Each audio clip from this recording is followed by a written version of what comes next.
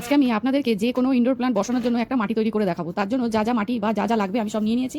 আপনাদেরকে একটা একটা করে আমি বলে বলে দেখাবো। আপনারা কিন্তু সেগুলো নিয়ে আপনারা যে কোনো ইনডোর প্ল্যান্ট বসাতে পারবেন। তার জন্য দেখুন কিছুটা মাটি নিয়ে নিয়েছি। যা আপনাদের হাতের কাছে মাটি থাকবে সেই মাটিটা নিয়ে নেবেন, আর একটু লাল বালি বা সাদা বালি যেটা পাবেন সেটা আমার কাছে আছে, আমি দুটোই দিয়ে দিলাম।